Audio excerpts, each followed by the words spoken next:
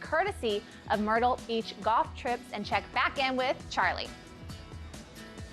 All right, Bailey, and I love me some Myrtle Beach. It feels like home. I grew up not too far from here. When you go out to dinner at night and order sweet tea, they don't look at you like you're crazy. They know what that is around here.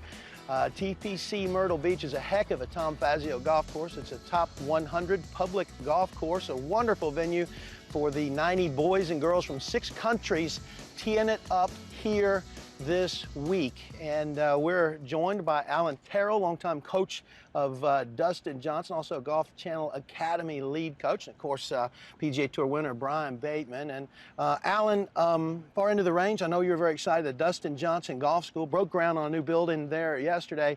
Dustin Johnson obviously could have put his golf school, a lot of different golf courses. Why did he choose TPC Myrtle Beach? Well, DJ, this is a special place for him. He went to college, practiced here, was here when he first turned pro. The relationship that Dustin and I have with Founders Group International obviously was a big reason why we wanted to make this our main headquarters.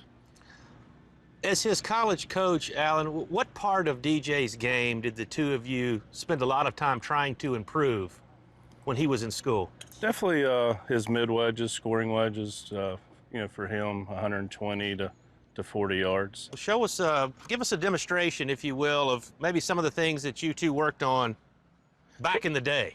Well, the biggest thing is no college kids know how far they hit it. So we worked on just developing a wedge system.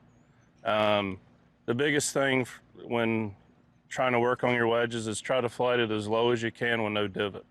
I think there's a misconception. You got to hit down on it, take a divot. That actually makes the ball spin less. And Dustin's always trying to hardly take a divot and hit it as low as he can.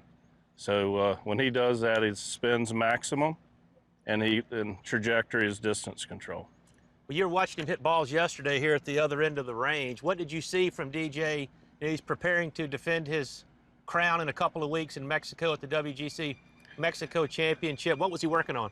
Well, if you tell the #1 player in the world something new, you're probably doing a bad job coaching.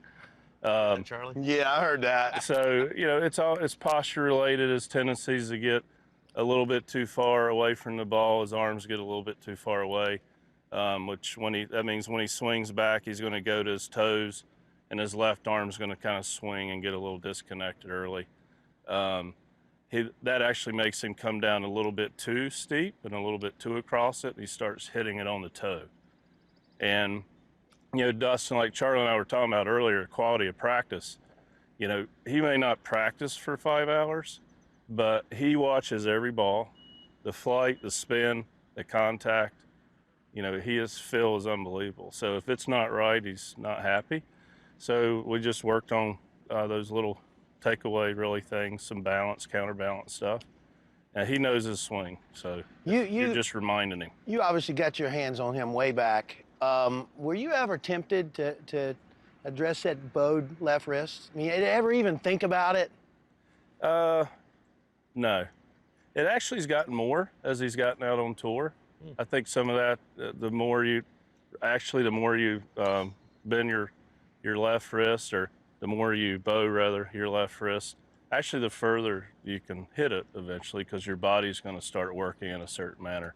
But no, we never fix it. He's always, the trajectory is something that he's going to work through, and because of that, he's going to have a tendency to want to tilt back to get the ball a little more loft.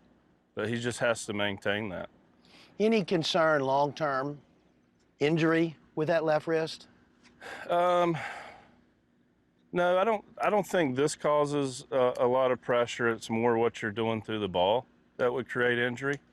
He's pretty good through the ball. He's a pretty passive release guy. So, you know, if he was really active and there's, you know, a lot of bending or bowing either way coming through the ball, you'd have to address that.